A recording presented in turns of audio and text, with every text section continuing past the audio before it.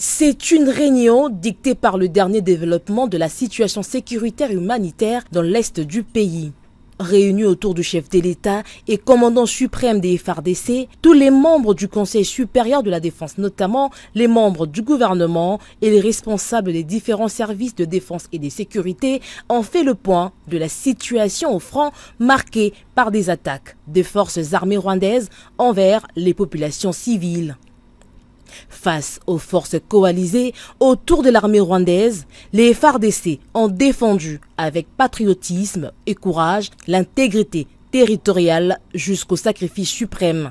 Dans la défense du territoire national, le gouverneur militaire est tombé arme à la main. C'était une information très capitale du décès du gouverneur du Nord Kivu, le général-major Chirimwami Nkuba Peter.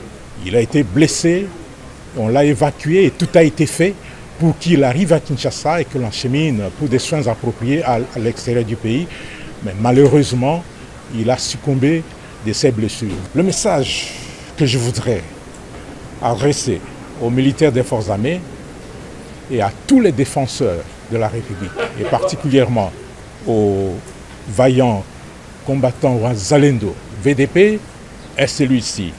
La meilleure façon de venger le général Chirimwami est de repousser ses agresseurs et de récupérer toutes les localités qu'ils occupent aujourd'hui. C'est un devoir, c'est une obligation et cette obligation est patriotique. Au cours de cette réunion, le chef de l'État a donné des instructions claires et précises pour que les forces ennemies soient mises hors du territoire national et que rien ne va ébranler l'unité nationale. Le commandant suprême a donné des instructions fermes pour que l'ennemi qui est en train de nous attaquer, pour que l'agresseur soit traqué jusque dans son dernier retranchement. Le Conseil supérieur de la défense a demandé à la population de rester soudée autour du commandant suprême dans la lutte pour la sauvegarde de l'intégrité territoriale de la République démocratique du Congo.